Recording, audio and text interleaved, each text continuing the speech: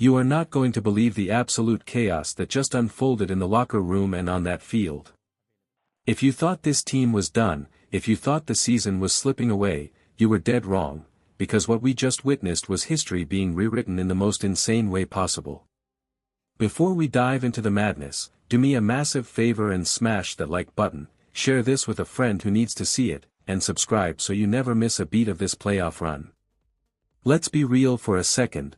Brock Purdy needs to be in the MVP conversation right now. I know, people are going to say he missed games, he missed that stretch in the middle of the season, and yeah, he probably won't win the award. But after what he just did, the voters have to wake up. I was standing outside the locker room talking to John Lynch, and I told him straight up, this game was a Frankenstein monster of our greatest hits. It felt like a hybrid of that legendary 2019 shootout against the Saints and the heart-stopping goal line stand against the Seahawks from the same year. It took the best DNA of this franchise's past eras and bundled it into one night to keep the dream of the number one seed alive. But here is the thing that should actually blow your mind. The Chicago Bears just became the first team in the entire history of the NFL to lose a game under these specific parameters. Listen to this stat because it is genuinely baffling. The Bears scored over 35 points. They scored a defensive touchdown. They had 0 turnovers. They allowed 0 sacks. And they still lost the game. That combination of success has never, ever resulted in a loss until tonight. That tells you everything you need to know about the tightrope this team walked. How is it even possible to play a mathematically perfect game on paper and still get beat? The answer is the guy under center. The media has to stop lying to themselves about Purdy. We aren't just talking about a system quarterback here. We are talking about elite mobility and surgical precision. I spoke to teammates in the locker room who were just shaking their heads in disbelief. There was a play where Purdy hit Ricky Pearsall, who was the third read on the play, by the way, right over the middle to convert a massive third down. The offense went 7 of 10 on third downs and a perfect 5 for 5 in the red zone. That is the money area. That is where coaches lose sleep, and that is where Purdy was flawless. Compare that to Caleb Williams and the Bears, who went 1 for 3 in the red zone. That right there. That is the ball game. And speaking of Ricky Pearsall, can we give this kid his flowers? Kyle Shanahan admitted he didn't even expect Ricky to suit up this week. He thought there was no way the rookie would be ready for Levi's Stadium. But with George Kittle out, Ricky knew he had to step up, and he fought through it to provide that winning spark.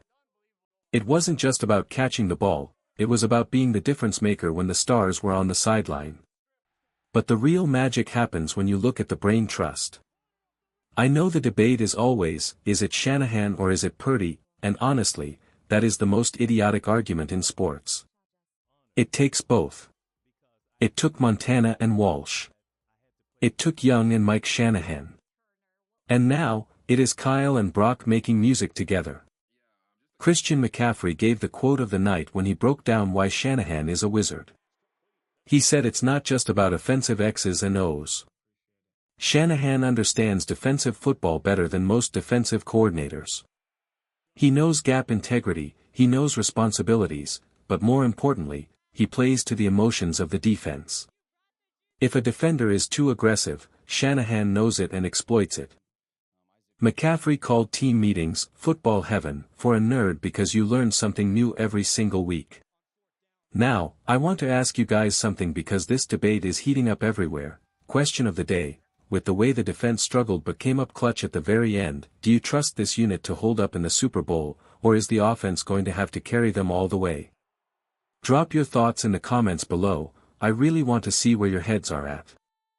We have to talk about the unsung heroes because this run is defying logic. Trent Williams, the best left tackle on the planet, went down with a hamstring injury on the very first play of the game.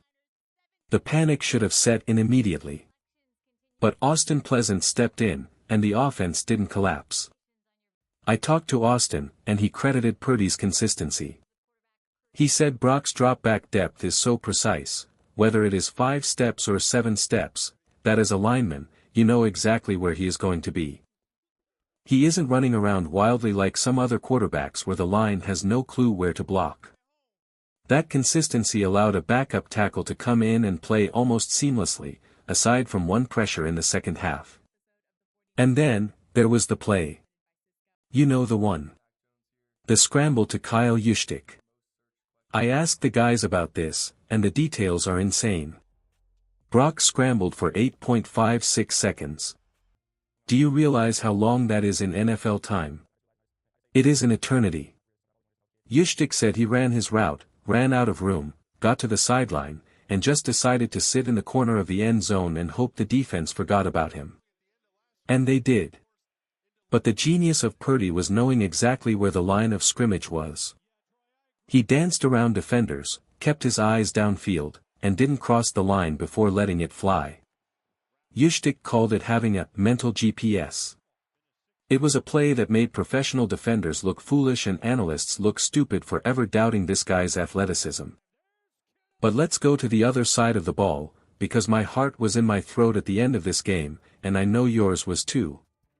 The defense gave up a ton of points, but they found a way to be the closers.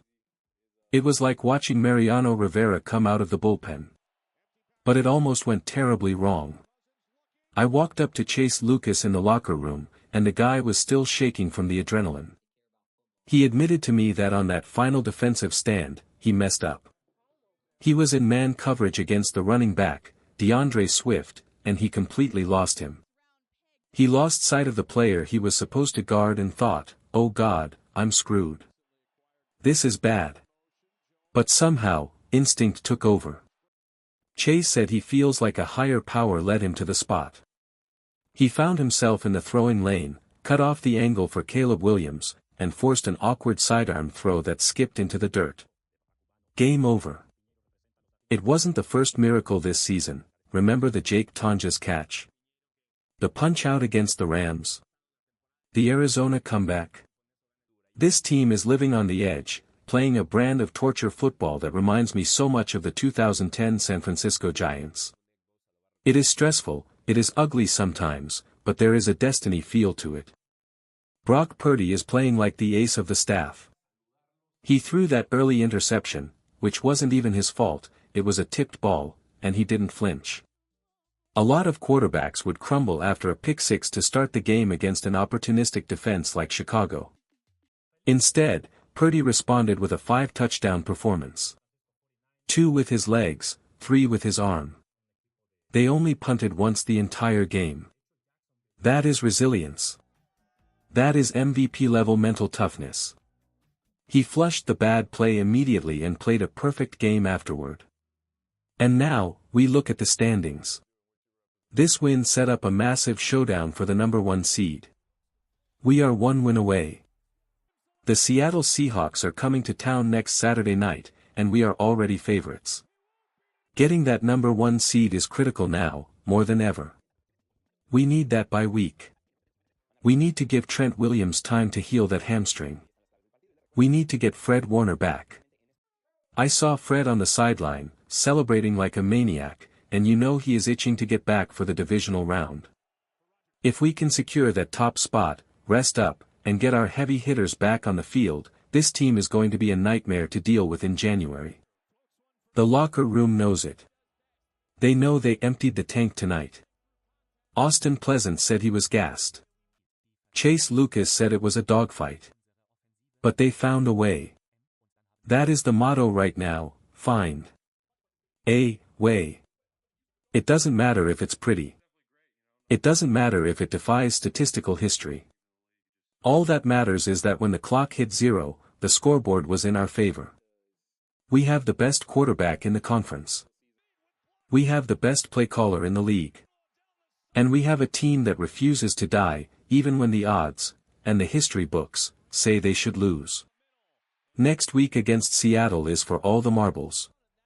The road to the Super Bowl goes through us. Get ready, because this ride is far from over.